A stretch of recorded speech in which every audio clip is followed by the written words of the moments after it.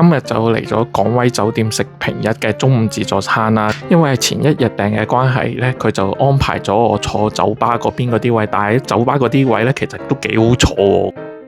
中午都係293蚊一位啦。點解今次嚟呢度呢？就係因為咧，我見佢個價錢都唔貴啊，一啲都唔貴，咁300蚊唔使嘛。咁同埋呢，我見上網嘅評價都係算唔錯嘅。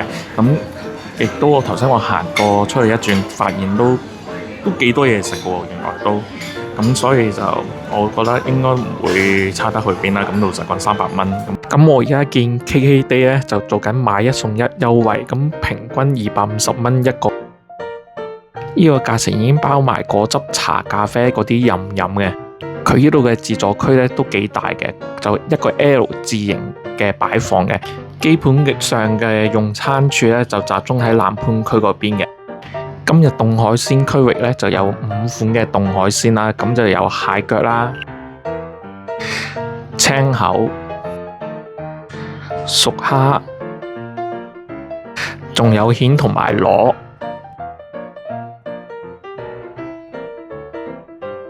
先啦，咁就佢呢度都款式都幾多喎。凍海鮮其實佢都算多款式嘅，以呢個價錢，咁我就覺得最好食呢就係蟹腳啦，咁就最唔好食呢就係仍然係嗰個螺啦。蟹腳都 OK 喎，個樣。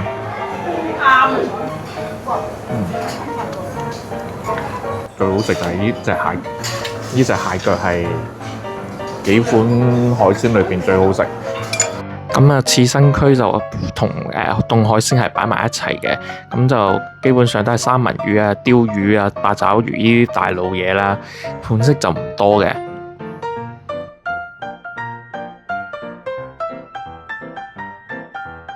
三文魚咧係合格嘅質素嘅，八爪魚咧就慢嘅，鯛魚咧就唔難食嘅，仲有香港人最愛嘅三文魚啦。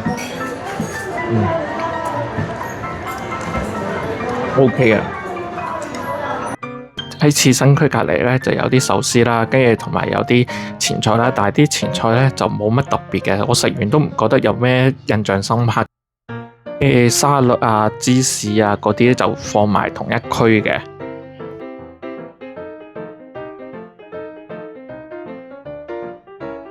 就而家就攞咗啲前菜同沙律啦，咁就唔係好多選擇嘅啫呢度，但係都 OK 嘅，基本佢都有嘅，佢都。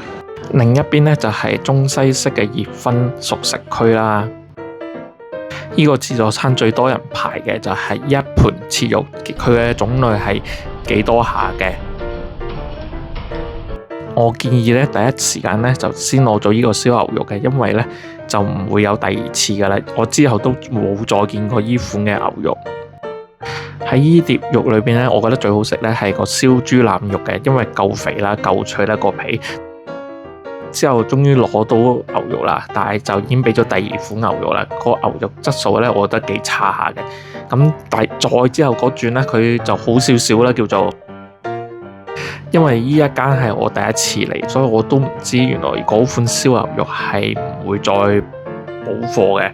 咁呢，就冇辦法啦，就下次我第一時間會再去攞。不過呢，我覺得佢嗰個燒菠蘿呢都幾好食下嘅。咁我就試咗啲西式嘅熱葷啦。咁我又覺得咁多款裏邊呢，最好食呢就係個鴨肉。係最好食嘅，其他都不過不失啦。咁嗰啲青口呢，其實咪就係凍海鮮嗰啲青口質素咯。今次係完全冇攞過中式嗰邊嗰啲嘢食嘅，咁當然就係粥粉麵飯嗰啲咁嘅，即係好填飽肚嘅嘢。咁當然我就唔會食啦。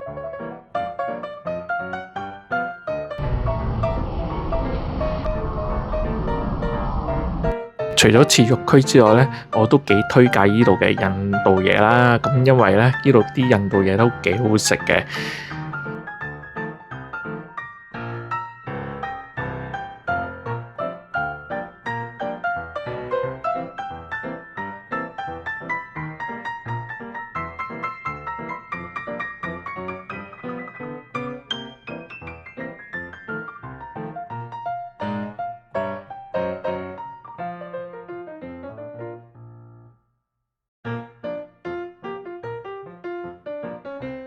食甜品之前咧就食翻碗粉麵啦，呢度嘅粉麵咧就自己夾份量嘅，所以想食幾多咧就自己夾啦。咁我就揀咗個辣沙湯啦，我就覺得 OK 嘅。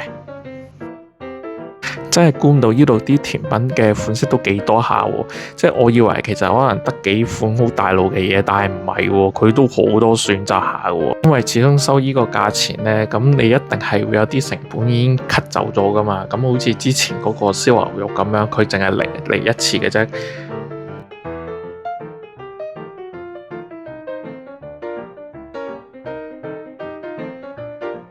咁我就試咗幾款啦，我就覺得咧最好食咧就係嗰個菠蘿蛋糕啊！